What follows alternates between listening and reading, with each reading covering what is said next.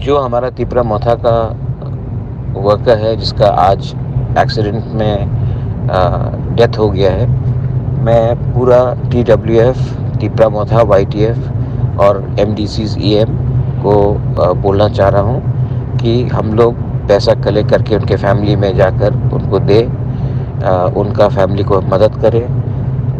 पैसा से तो ज़िंदगी वापस नहीं आएगा, लेकिन इस उनके इतने ख़राब टाइम में हमको पूरा परिवार के संग रहना चाहिए और हमारा दायित्व बनता है कि उसका परिवार का देखभाल हम लोग को करना चाहिए। मैं भी उसके घर में जाऊंगा और उनका परिवार से मिलूंगा।